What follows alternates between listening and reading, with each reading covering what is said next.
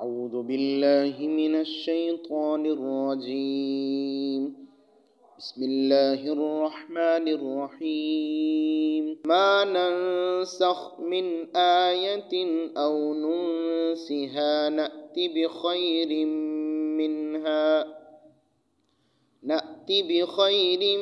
منها أو مثلها. ألم تعلم أن الله على كل شيء قدير. ألم تعلم أن الله له ملك السماوات والأرض وما لكم من دون الله من ولي ولا نصير. اعوذ باللہ من الشیطان الرجیم. بسم اللہ الرحمن الرحیم. ما ننسخ من آیت او ننسها نأتی بخیر منها او مثلها. ألم تعلم أن الله على كل شيء قدير. آمنت بالله صدق الله العظيم. رب اشرح لي صدري ويسر لي أمري واحلل عقدة من لساني يفقهوا قولي.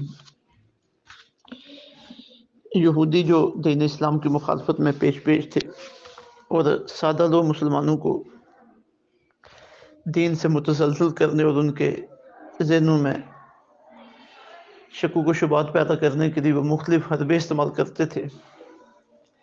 ایک حربہ انہوں نے یہ استعمال کیا کہ قرآن پاک میں اللہ رب العزت کا اپنے بندوں کو سمجھانے کا اور احکامات جاری کرنے کا جو اسلوب ہے وہ یہ ہے کہ کسی وقتی ضرورت کے پیش نظر بعض اوقات کوئی ایک حکم نازل فرمایا جاتا تھا اور جب وہ ضرورت پوری ہو جاتی تو اس حکم پر عمل کرنا وہ ختم ہو جاتا اور اس کی جگہ کوئی نیا حکم آ جاتا. اب یہ جو مسئلہ ہے قرآن مجید میں پہلے سے اترا ہوا حکم اس پہ عمل کرنا ختم ہو گیا اور اس کی جگہ نیا حکم آ گیا. اسے کہتے ہیں ناسخ و منسوخ. ناسخ یعنی حکم کو ختم کرنے والی آیت اور منسوخ جس آیت کا حکم ختم کیا گیا. تو قرآن مجید میں مختلف علماء کی تحقیق کے مطابق 12 16 24 اتنی آیات ہیں جو منسوخ ہیں. آیات تو موجود ہیں قرآن مجید میں لیکن ان پر اب عمل کرنے کا حکم ختم ہو چکا ہے. ان کی جگہ باقی آیات آ گئی ہیں, نیا حکم آ گیا ہے. تو یہ ایک متحرک زندگی میں جب احکامات اللہ کی طرف سے نازل ہو رہے تھے تو یہ ایک ضروری سلسلہ تھا. تو یہودی مسلمانوں کی یہ ذہن سازی کرتے تھے, دیکھو جی کیسا تمہارا رب ہے اور کیسا تمہارا قرآن ہے کہ آج ایک حکم ہے, کل دوسرا حکم ہے, پرسوں تیسرا حکم ہے. معاذ اللہ تمہارے قرآن مجید میں تو تضاد ہے. تو اللہ رب العزت نے ان کے اس اعتراض کا ان آیات طیبات میں جواب دیا جو آج ہمارے اس درس قرآن مجید کا حصہ ہے. ارشاد باری تعالیٰ ہے ما ننسخ, جو بھی منسوخ کرتے ہیں ہم من آیت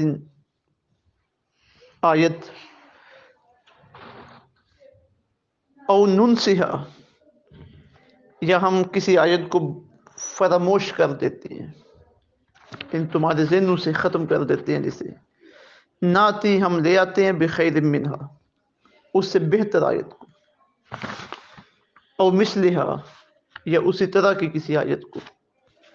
علم تعلم, کیا تمہیں علم نہیں, ان اللہ کہ بے شک اللہ تعالیٰ علی کل شیء قدیر, سب کچھ کر سکتا ہے.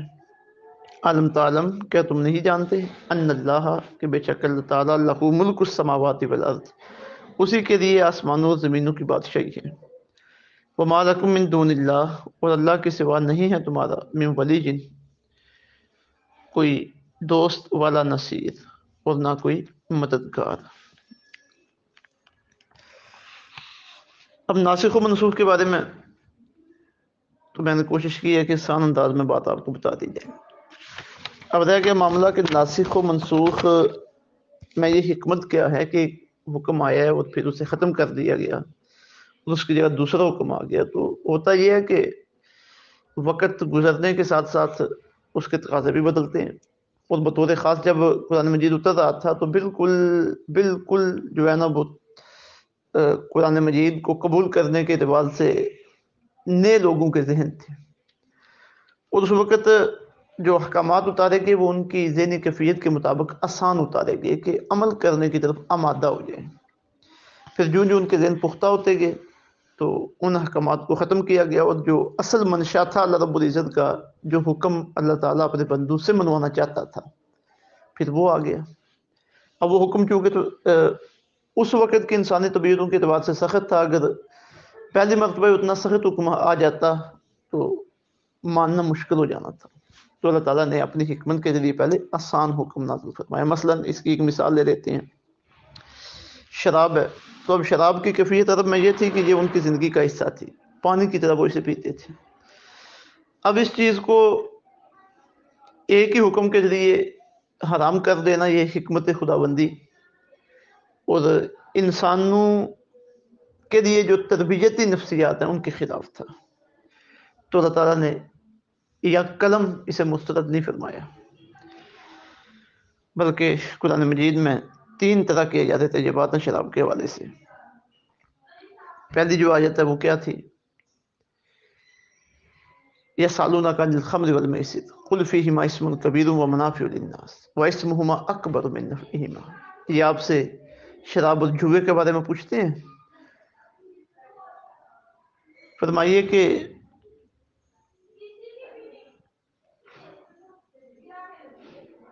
اس میں نفع بھی ہے اور نقصان بھی ہے، لیکن اس کا جو نقصان ہے وہ نفع سے زیادہ ہے۔ تو اب جو زیادہ باشعور لوگ تھے انہوں نے بس اتنا ہی سنا کہ نفع کم نقصان زیادہ ہے، چھوڑ دیں، لیکن سب کی توجہ اس طرف نہیں گئی۔ پھر جب آہستہ آہستہ ذہن پختہ ہوتے گئے اور یہ بات اللہ رب العزت کے احکامات ان کے سامنے واضح ہوتے گئے، اللہ تعالیٰ کی اطاعت و فرما برداری کی طرف رغبت بڑھتی چلی گئی، اور اس وقت پوزیشن یہ تھی کہ شراب پی کے نماز پڑھنا بھی جائز تھا۔ تو پھر ایک وقت نماز پڑھنے کے لیے آؤ تو نشہ وغیرہ کوئی چیز نہیں ہونی چاہیے، بالکل فریش ہو کے آؤ۔ اب مزید جو باشعور طبیعتیں تھیں انہوں نے سوچا کہ اب اس کے ساتھ ہم نماز بھی نہیں پڑھ سکتے تو کیوں ہم نے اسے استعمال کرنا، انہوں نے چھوڑ دیا۔ اب پھر کچھ طبیعتیں ایسی رہ گئی تھی کہ جو ابھی تک انہوں نے چھوڑا نہیں تھا، اور ابھی تک اس کا حکم واضح کرنا باقی تھا۔ تو پھر آرڈر آتا ہے یا ایھا الذین آمنوا انما الخمر والمیسر والانصاب والازلام رجس من عمل الشیطان فاجتنبوہ۔ شراب، جوا، پھانسے کے تیر وغیرہ یہ سب ناپاک ہیں۔ تو یہ حکم دیکھیے کہاں پہ جا کے آیا ہے، سن 9 ہجری میں فتح مکہ کے بعد۔ تو انسانی تربیت کا جو ایک فطری طریقہ ہے اس کے مطابق یہ شراب کا حکم جو ہے نا وہ لاگو ہوا ہے۔ تو جب یہ آرڈر ہو گیا کہ شراب ناپاک ہے، نجس ہے، اس سے منع کر دیا گیا، تو آقا علیہ الصلوۃ والسلام نے جب اپنے پیغام پہنچانے والوں کو بھیجا تو صحیح بخاری شریف کی حدیث پاک ہے، ادھر سے ابھی آواز آئی ہے کہ شراب حرام ہو گئی ہے۔ کوئی شراب پی رہا تھا، گلاس اس کا اس کے منہ کے قریب پہنچ چکا تھا، اس نے اپنے منہ کے ساتھ نہیں لگایا، وہیں سے اسے نیچے پھینک دی۔ جنہوں نے گھروں کے اندر شراب کو سٹاک کیا ہوا تھا انہوں نے وہ ساری کی ساری اپنی نالیوں میں بہا دی، اور حضرت انس کہتے ہیں ایسے محسوس ہو رہا تھا کہ آج مدینے میں شراب کا سیلاب آیا۔ یہ انسانی فطرت کا طریقہ کار کہ آہستہ آہستہ آہستہ آہستہ آسان سے مشکل کی طرف انہیں لے کے جایا۔ ہمارے ہاں جتنے بھی نصاب بنتے ہیں تعلیم و تربیت کے تو اس میں یہی صورتحال ہوتی ہے۔ تو اب شراب کے حوالے سے جو پہلی 2 آیات تھیں کہ اس کے نفع بھی ہیں لیکن نقصان زیادہ ہے، گناہ زیادہ ہے، اور دوسری آیت کہ نماز کی حالت میں شراب پی کے نہ آیا کرو، اب وہ دونوں منسوخ ہو گئی ہیں، اور انہیں ناسخ کرنے والی جو آیت ہے وہ یہ ہے انما الخمر والمیسر والانصاب والازلام رجس من عمل الشیطان۔ تو اسی طرح اور بھی قرآن مجید میں چند مقامات پہ اس طرح کے آیات طیبات موجود ہیں۔ جب بندہ تفصیل کے ساتھ قرآن پاک پڑھ رہا ہو اور علوم قرآن کے ساتھ اسے دلچسپی ہو تو یہ ساری چیزیں سامنے آ جاتی ہیں. تو یہ ناسخ و منسوخ کی حکمت اور ناسخ و منسوخ کا معاملہ ہے. جس طرح قرآن مجید میں ناسخ و منسوخ ہے، اس طرح احادیث طیبات میں بھی ناسخ و منسوخ ہے کہ حدیث کا کوئی حکم پہلے موجود تھا، آقا علیہ الصلوۃ والسلام نے اپنے کسی دوسری حدیث کے ذریعے اس حکم کو ختم کر دیا. تو اس لیے ہم کہتے ہیں کہ عوام الناس ڈائریکٹ قرآن و حدیث سے استدلال نہیں کر سکتے، بلکہ اس سے پہلے اصول پڑھنا پڑتے ہیں کہ قرآن و حدیث سے فائدہ کیسے اٹھانا ہے. اساتذہ کے پاس بیٹھنا پڑتا ہے، ان سے کتابیں پڑھنا ہوتی ہیں. جب سمجھ آ جائے تو پھر بندہ ڈائریکٹ قرآن و حدیث کی طرف آتا ہے ان سے احکامات لینے کے لیے. اس سے پہلے صرف اتنا ہی ہے کہ قرآن مجید میں جو آسان چیزیں ہیں جو ہماری ہدایت کا سبب ہیں ان کا ترجمہ پڑھا جائے اور انہیں بس سن سمجھ کے ان پہ عمل کیا جائے. باقی جو مشکل چیزیں ہیں، جو احکامات کے معاملات ہیں، وہ علماء کے سپرد کیے جائیں. علماء وہ سمجھائیں کہ اس آیت میں کون سا حکم ہے، کون سا آرڈر ہے. تو اگر بندہ خود بغیر اصول پڑھے، اصول سمجھے، خود قرآن پاک کا ترجمہ اور تفسیر کرنے بیٹھ جائے گا، آگے درس دینے بیٹھ جائے گا، تو پھر اسے کیا پتہ چلے گا کون سی چیز ناسخ ہے، کون سی چیز منسوخ ہے، کس کا کیا مطلب ہے، اس آیت سے کیا کیا مزید احکامات نکل رہے ہیں. تو پھر وہ خود بھی پریشان ہوگا، دوسروں کو بھی پریشان کرے گا، اور نوبت یہ آ جائے گی کہ خود بھی گمراہ ہو جائے گا اور دوسروں کو بھی گمراہ کرے گا. تو قرآن و حدیث میں جو ناسخ و منسوخ کے احکامات ہیں، انہیں جاننا، انہیں سمجھنا یہ بہت ضروری ہے. تذکرۃ الاولیاء میں حضرت شیخ فرید الدین اطراف نے لکھا ہے کہ حضرت سیدنا علی المرتضیٰ رضی اللہ تعالیٰ عنہ کوفہ جب تشریف لائے تو آپ نے کوفہ میں جو درس دینے والے اور جمعے کا خطاب کرنے والے لوگ تھے، آپ نے ان کا ٹیسٹ لیا. اور ٹیسٹ کیسے لیا؟ آپ نے ان سے ناسخ و منسوخ کے مسئلے پوچھے. ابھی مشکل علم ہے نا، اور بہت ضروری ہے. کہیں ایسا نہ ہو کہ جو حدیث اور جو آیات منسوخ ہو چکی ہیں بندہ ان کا درس دیتا رہے اور ان کی تبلیغ کرتا رہے. تو ناسخ و منسوخ کے سوالات آپ نے ان سے پوچھے. سوائے حضرت امام حسن بصری رضی اللہ تعالیٰ عنہ کے سب فیل ہو گئے. آپ نے انہیں مسجدوں سے نکال دیا، ان کے ممبر تروا دیے اور سختی کی کہ اس طرح کے لوگوں کو واعظ کرنے کی، خطبہ دینے کی اور درس و تدریس کی مجلس قائم کرنے کی اجازت نہیں ہے، جنہیں خود ہی ابھی بنیادی چیزوں کا علم نہیں ہے. تو آج یہ بڑی آفت آ گئی ہے ہمارے اوپر کہ ہر بندہ جسے اردو آتی ہے اور وہ کتابیں پڑھ سکتا ہے اور پھر اس کے پاس بولنے کی قوت موجود ہے، وہ مبلغ، مقرر، خطیب، موٹیویشنل سپیکر اور پتہ نہیں کیا کیا بن کے بیٹھ جاتا ہے اور لوگوں کا دماغ خراب کرتا پھرتا ہے، ان کے ایمان اور عقیدے سے کھیلتا پھرتا ہے. تو یہ واعظ و نصیحت اور درس و تدریس کا منصب یہ کوئی اتنا چھوٹا نہیں ہے کہ ہر بندہ اس کے اوپر براجمان ہو جائے، بلکہ اس کے لیے بڑے علم کی ضرورت ہے. تو اب ایک مثال آپ کو دے دیتے ہیں. جو احادیث، جو قرآن آیات منسوخ ہوئی ہیں، اب ان میں دو طرح کی آیات ہیں. کچھ آیات وہ ہیں کہ جو بالکل ختم کر دی گئی ہیں قرآن پاک سے، جس طرح فرمایا گیا نا کہ او ننسہا، یا ہم جنہیں بھلا دیتے ہیں، فراموش کر دیتے ہیں. تو کچھ آیات ہیں جو بالکل ہی ختم، قرآن مجید کا حصہ ہی نہیں ہے. مثلا سنن ابن ماجہ باب الرجم کی حدیث نمبر 2553 ہے، 53.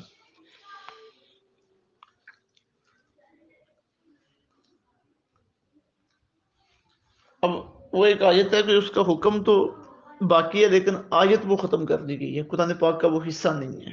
مثلا الشیخ والشیخۃ اذا زانیا فرجموها البتہ، بوڑھا اور بوڑھی، بوڑھا مرد بوڑھی عورت جب زنا کریں، مطلب نکاح یافتہ مرد، نکاح یافتہ عورت جب زنا کریں تو انہیں سنگسار کر دو. تو اب حکم تو باقی ہے، آگے حدیث میں اس کی وضاحت موجود ہے، لیکن آیت یہ قرآن مجید میں موجود نہیں ہے. یعنی تلاوت کے اعتبار سے آیت منسوخ ہو چکی ہے، حکم کے اعتبار سے باقی ہے. اسی طرح جن آیات کا حکم منسوخ ہو چکا ہے لیکن قرآن مجید میں وہ موجود ہے، ان میں ایک مثال سورہ البقرہ کی آیت نمبر 180 ہے. اب اس آیت میں وصیت کا حکم تھا کہ بندہ مرنے سے پہلے اپنے وارثوں کے بارے میں اپنے مال وغیرہ کی وصیت کر سکتے ہیں، لیکن پھر اس کے بعد میراث کی آیات طیبات باقاعدہ آ گئی کہ جب بندہ مر جائے تو اس کا مال وہ کس کس کو کتنا ملے گا. تو جب میراث کا حکم آ گیا تو وہ جو وارثوں کے حق میں وصیت کا حکم تھا آیت طیبہ میں سورہ بقرہ کی آیت نمبر 180 میں، وہ حکم ختم ہو گیا.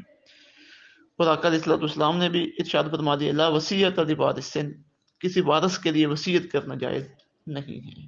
اب چونکہ وارثوں کو ایک باقاعدہ اللہ تعالیٰ نے حق دے دی ہے تو ان کے لیے اب مزید کسی کی وصیت نہیں کی جا سکتی کسی چیز کی۔ ہاں اپنے وارثوں کے علاوہ اپنے مال کے تیسرے حصے تک وصیت کی جا سکتی ہے۔ تو یہ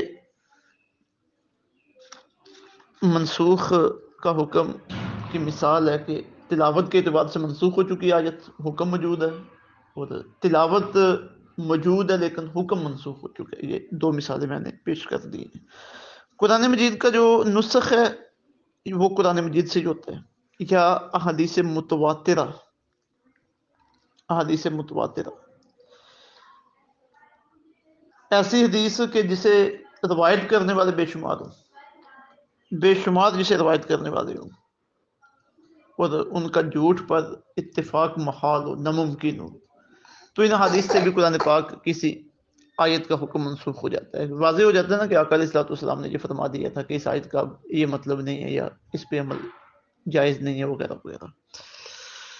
تو یہ بنیادی چیزیں ہیں۔ تو فرمایا گیا کہ ما ننسخ من آیت او ننسخھا نأتی بخیر منہا او مثلھا، جب ہم منسوخ کر دیتے ہیں کوئی آیت یا فراموش کر دیتے ہیں تو نأتی بخیر منہا، تو ہم اس سے بہتر آیت لے آتے ہیں، اور مثلھا یا اسی کی طرح کی، اسی کے مقابلے کی کوئی آیت لے آتے ہیں۔ اب جو کہا تھا یہودیوں نے مسلمانوں کی ذہن سازی کرتے ہوئے کہ کیوں کی جاتی ہیں یہ آیتیں منسوخ، تو اس کا جواب دے دیا کہ نأتی بخیر منہا، ہم اس سے بہتر لے آتے ہیں۔ تو آگے اللہ تعالیٰ نے اپنی قدرت کا اظہار کیا ہے کہ ہم قرآن نازل کر رہے ہیں، ہم بادشاہی والے ہیں، سارا کائنات ہماری ہے، ہم جو چاہیں کریں، کسی کو کیا اعتراض ہو سکتا ہے؟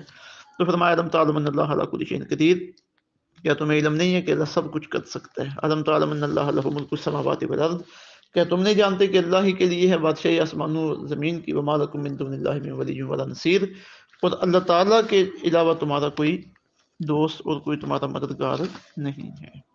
تو یہ انتہائی اہم معاملہ تھا آج قرآن مجید سمجھنے اور سمجھانے کے حوالے سے، تو اسے اچھی طرح سنیں، سمجھیں اور ذہن میں بٹھائے رکھیں۔ اللہ رب العزت سمجھ کے اور عمل کی توفیق عطا فرمائے۔ السلام علیکم ورحمۃ اللہ۔